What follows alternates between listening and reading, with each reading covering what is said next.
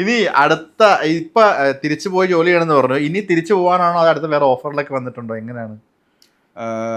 Offers വരുന്നുണ്ട്, പക്ഷേ I'm telling them to see the movie first. So അത് they can at least see me and they can, ചിലപ്പോൾ അവരുടെ mindset വേറെ ആയിരിക്കും, if he can take up this റോളോ അങ്ങനത്തെ കുറേ കാര്യങ്ങളൊക്കെ ഉണ്ടല്ലോ. So I always tell them ഈ പടം ഇറങ്ങി കഴിഞ്ഞിട്ട് പ്ലീസ് അത് watch it and then we can meet.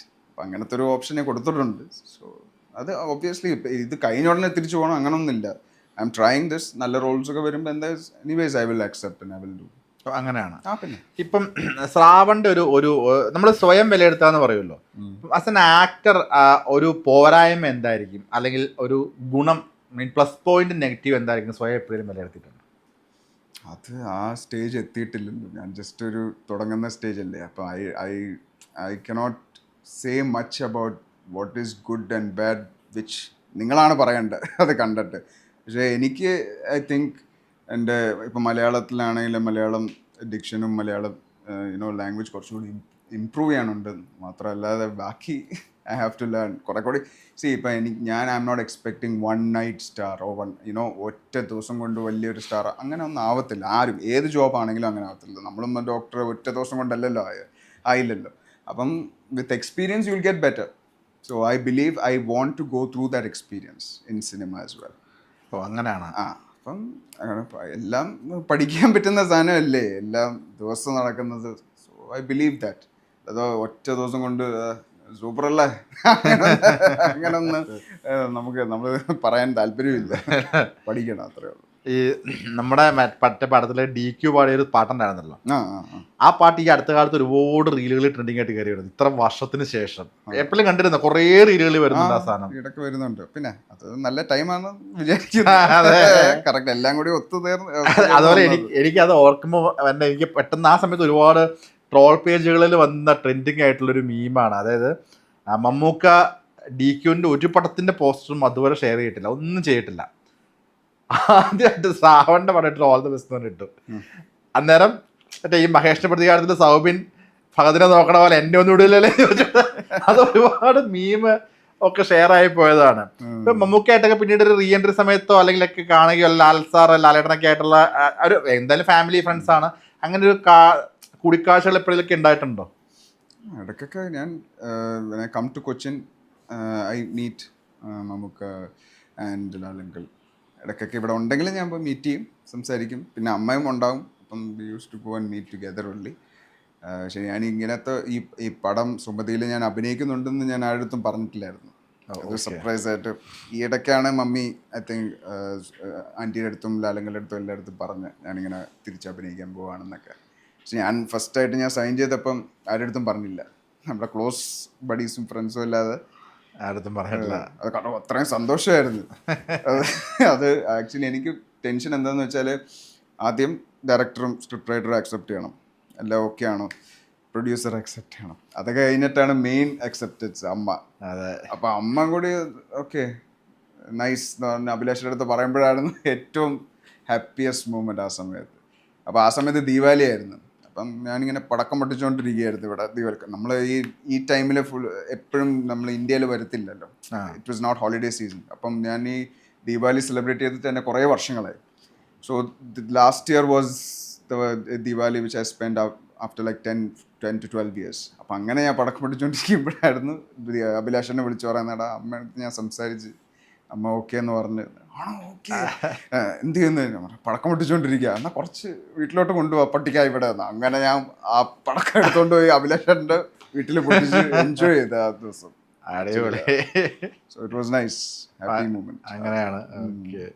ഇനി നമുക്ക് മെയിൻ ഒരു കാര്യത്തിലേക്ക് കടക്കാനുള്ളത് കല്യാണം, പ്രണയം, അതിനൊക്കെയുള്ള സമയമായല്ലോ. എന്താണ് ആ ഒരു മേഖലയെ പറ്റി പറയാനുള്ളത്? കല്യാണം പടം അത് പടം അതെനിക്കറിയാം. കല്യാണം കഴിക്കേണ്ട സമയമായിരിക്കുന്നു. എന്താണ് പ്രണയം? അല്ല എന്താണ് പ്രണയം? അല്ല അങ്ങനല്ല, ശ്രാവണിന്റെ പ്രണയം എന്താണ് അതാണ് ചോദിച്ചത്.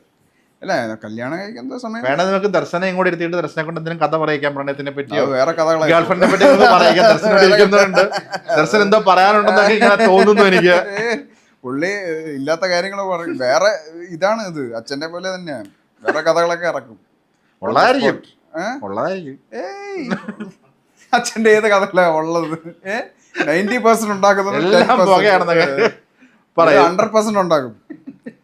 അങ്ങനെയല്ല കല്യാണം ഒബ്വിയസ്ലി അച്ഛനും അമ്മയും ഇങ്ങനെ പറയുന്നുണ്ട് കഴിക്കണം. പക്ഷെ നമുക്കെന്ന് പറഞ്ഞാൽ എനിക്കൊരു എൻ്റെ മൈൻഡ് സെറ്റ് ഒന്നും കുറച്ച് I am working hard on this now എന്ന് വെച്ച് ഞാൻ കണ്ടിന്യൂസ് ആയിട്ടല്ല, ഒരു may be 1 or 2 years hopefully അമ്മയും അച്ഛൻ്റെ സപ്പോർട്ട്, അച്ഛൻ്റെ വോട്ട് അവർ പറയണം ആരാണ് കല്യാണം കഴിക്കണം ഇങ്ങനെയാണ് അവരുടെ ഡിസിഷൻ അനുസരിച്ച്. പക്ഷേ മേ ബി 1 or 2 years കല്യാണം കഴിക്കാം.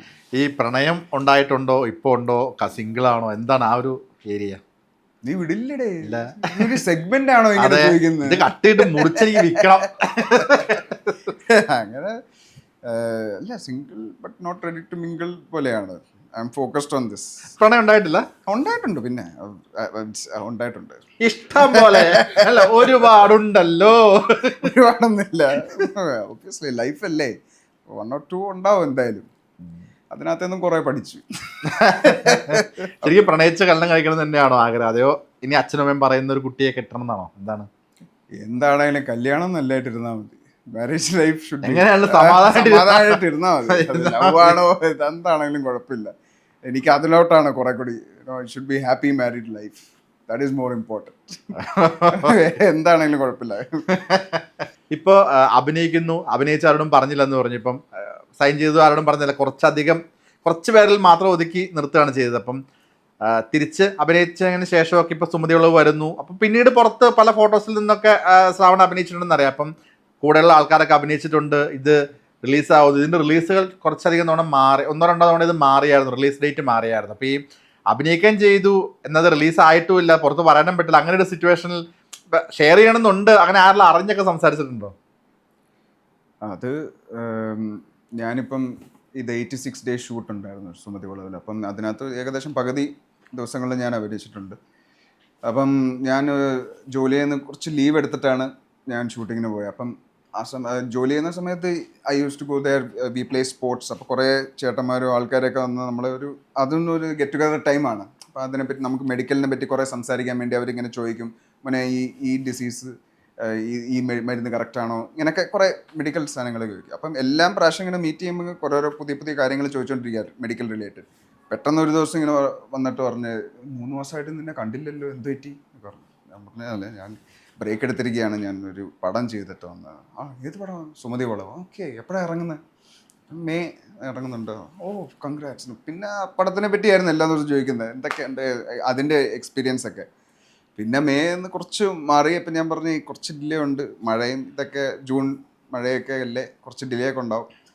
ആണോ, ഓക്കെ ശരിയാണ്. കുറച്ച് 2-3 പ്രാവശ്യം ഇങ്ങനെ ചോദിച്ചു കഴിഞ്ഞപ്പോൾ ഞാനിങ്ങനെ ചോദിച്ചു, എന്ത് പറ്റി, അസുഖമൊന്നും ഇല്ലേ? ഇപ്പോൾ സാധാരണ കുറേ പ്രാവശ്യം ഇങ്ങനെ ചോദിക്കുന്നുണ്ടല്ലോ. പുള്ളിക്ക് ഒരു ഷോക്ക് കിട്ടിയിട്ടേ സംസാരിച്ചു പോലും ഇല്ല എൻ്റെ അടുത്ത്. ഈയിടയ്ക്കാണ് ഞാൻ പറഞ്ഞത് August 1 ഞങ്ങൾ കാണാം കണ്ടിട്ട് പറയാന്ന് പറഞ്ഞു. പ്ലീസ് പാവാ, പക്ഷേ ഇങ്ങനത്തെ ഒരു എക്സ്പീരിയൻസ് നടന്നായിരുന്നു. എന്തായാലും ഇതുപോലെ തന്നെ ഒരു 2ാം വരവ് ഗംഭീരമായിട്ട് സക്സസ്ഫുൾ ആയിട്ട് പോട്ടെ. സിനിമ അതുപോലെ തന്നെ പോകുന്നുണ്ട്. All the very best. Thank you so much.